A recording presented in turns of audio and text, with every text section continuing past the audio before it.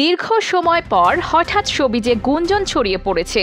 চিত্রনায়ক ফেরদৌস আহমেদকে ভালোবাসতেন টলিউড অভিনেত্রী শ্রীলেখা মিত্র। তাদের সঙ্গে নাকি প্রেমের সম্পর্কও ছিল। এবার এ নিয়ে মুখ খুললেন অভিনেত্রী শ্রীলেখা।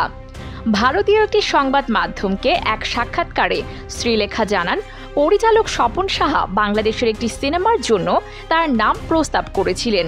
সিনেমার নাম সিংহপুরুষ। ওই সিনেমায় দ্বিতীয় নায়কের চরিত্র ছিল ফেরদৌসের।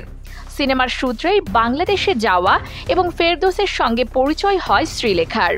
মূলত ফেরদৌসের কাছাকাছি আসার জন্যই সে সময় সিনেমাটিতে শ্রীলেখা যুক্ত হয়েছিলেন বলে তাদের ঘনিষ্ঠ একটি সূত্র নিশ্চিত করেছেন। ফেরদৌস আহমেদ তখন পড়ালেখার পাশাপাশি অভিনয় করতেন।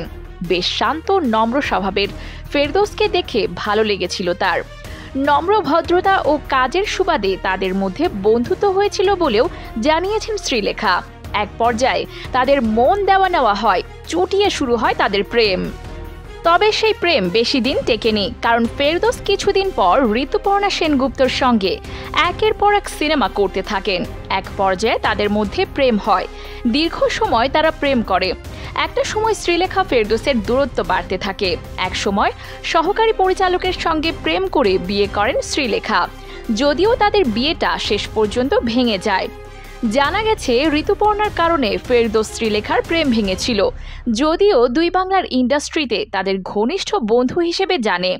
কখনো তাদের প্রেমের বিষয় সামনে আসেনি, এমনকি শ্রীলেখার সঙ্গেও কখনো প্রেম নিয়ে একটি শব্দও খরচ করেননি ফেরদৌস।